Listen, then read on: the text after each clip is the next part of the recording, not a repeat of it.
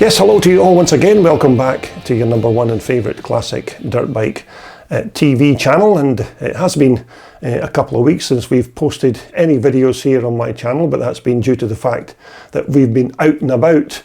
filming classic race bikes and classic racing for you to see here on my YouTube channel. Now, we've just recently returned from a two-day charity scramble event that was held over there in Craigantlet in Northern Ireland, and all of the bikes and all of that racing footage will be my next video posting here on my channel, so look out for that. Okay, until then, we're going to check out a bike that I came across in the paddock at a recent Scottish Classic Round 4 event at Thornhill. So right now, we're going to take a look at Mark Whitham's 1969 250 CZ. And so this particular CZ is a machine that I spotted while I was roaming around the paddock at the recent Round 4 Scottish Classic race event that was held at Thornhill quite recently. Now, just before my comments box starts filling up with replies about this bike not being 100% correct because of some of the parts that are fitted onto it, that's really because it's not a fully original race bike, but it's still loosely based on a 1969 chassis and 250 motor. Now, as far as I'm aware, the bike belongs to Mark Whitham, and Mark did all of the work on this bike just to freshen it up, and naturally Mark's not put the bike back to its original stock condition, but instead he's refurbished it and put his own personal mark on the bike by using this red and gold theme, and all of the preparation and paintwork was done by Mark himself. Although without question these Czechoslovakian motorcycles certainly do make very good race bikes, and these CZs, or CZs if that's the way you like to pronounce them if you're watching over there in the United States, are also very quick. They're reasonably light and flickable, and the other plus point is that the availability of parts or upgrades for these models is not a factor because spare parts are in plentiful supply for these little two-strokes. And so as we move on to the bike's engine, which is a 250 two-stroke, and Mark told me that all of the engine work on this bike was done by Gerard Copping at CZ Stuff, who is still regarded as your go-to guy when you need any spare parts or any type of services for these CZ Twinshockers. Now, our 250 motor here still certainly looks like it's in its stock original condition, although the factory fitted Zhikov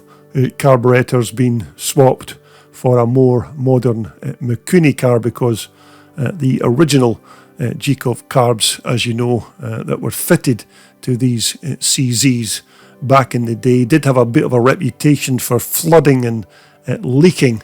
although they still worked okay, but these much better engineered Mikunis are a much better quality replacement.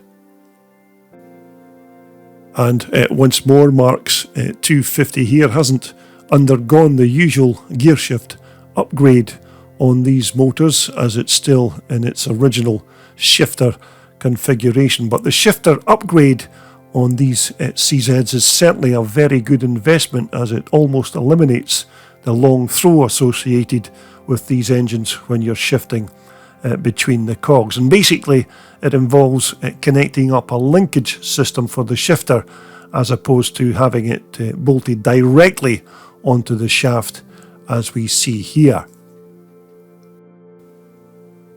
Now, another mod that's normally associated with these engines is the removal of every second cooling fin on the cylinder barrel, but you can see here that Mark's not been tempted in that direction, as the motor's barrel is still in its factory condition.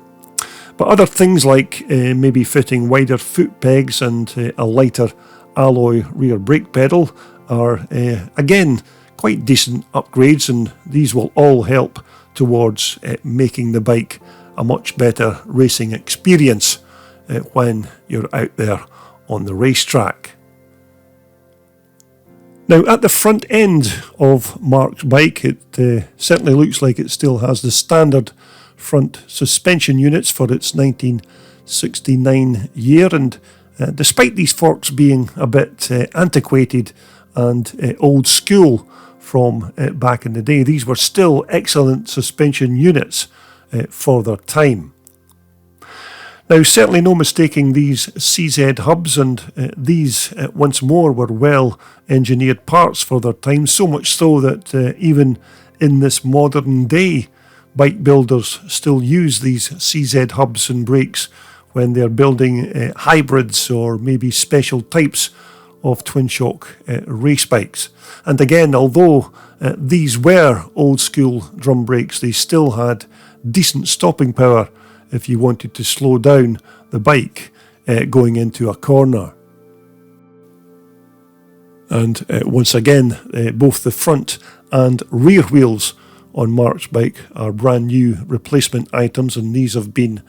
relaced with new spokes onto those CZ hubs. But it's still nice to see an old classic with decent rims and not those hideous black affairs that now seem to be a fashionable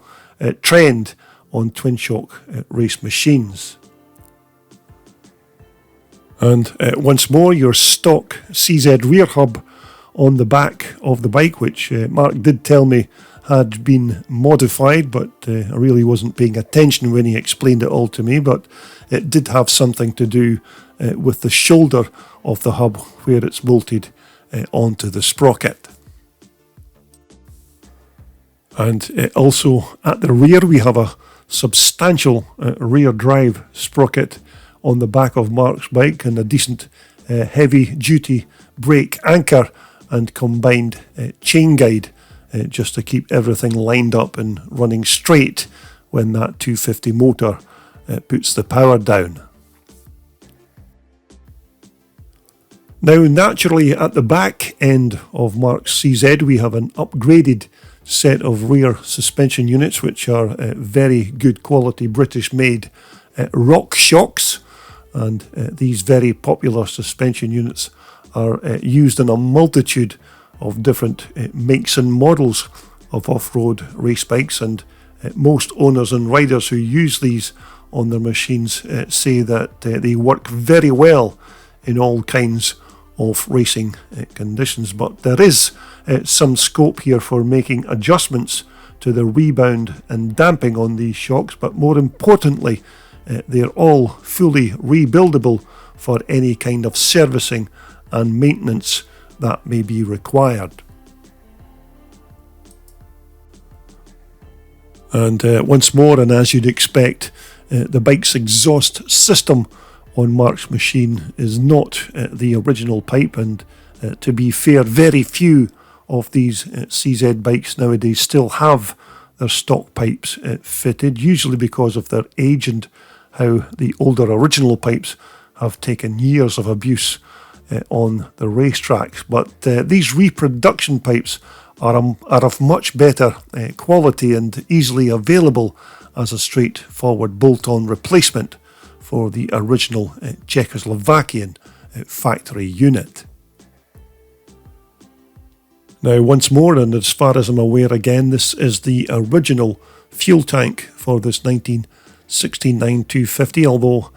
Marks went ahead and put his own personal touch on it by repainting it in this nice blood red colour, and then he's also painted the tank CZ logo in gold just to match the red and gold livery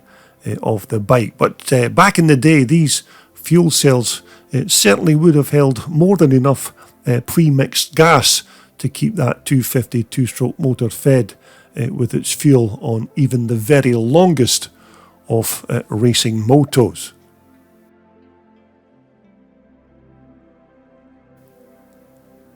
But somehow they always seem to have had a decent seat fitted onto these old 60s CZs, and they certainly looked like they had more than enough in the way of cushioning for your backside, which of course was an added bonus when you consider the very small amount of suspension travel that these old crossers had when they were racing on those very bumpy racetracks. And so as we get to the bike's controls department, we don't have original CZ handlebars here, but a replacement set of modern enduro style handlebars made by Renthal. But the stock 1960s CZ race handlebars, of course, are fairly easy to spot,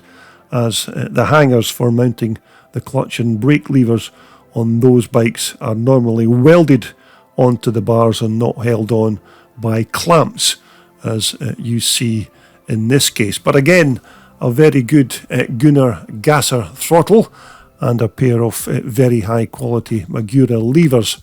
are fitted onto Mark's bike. And those levers, as you can see, are complemented by the protective rubber covers just to help and to keep dust, dirt and moisture from entering the intricate workings of the lever ends and cables. Although I have to say, for a 1960s Twinshock racer, these old CZs certainly do make excellent classic race bikes if you maybe want to try your hand at vintage racing, because nowadays there's plenty of these bikes going around, and some are even going for not a lot of money if you can manage to put your hands on the right model. And of course the other plus point is that there's a decent availability of spare and upgraded parts if you want to perform any upgrades or tuning on your particular machine. Although whether Mark's bike here is original or not, it's really immaterial, because you'd have to be very lucky indeed to come across an original Czechoslovakian CZ from the 1960s that still has all of its stock parts. It's still bolted onto it. But Mark's bike here is still a little cracker, and another example of what you can do to your old race bike to personalise it and make it slightly different from the run-of-the-mill bikes that you see at vintage scramble events. So anyway, there you have it, a quick walk around Mark Whitham's lovely old CZ bike with Mark's own personalised paint job and parts upgrades. Well, I do hope you enjoyed that. A quick look there at Mark Whitham's quite nice looking 1969 250 CZ bike. Not on a fully original machine, of course, but nonetheless a cracking looking vintage racer.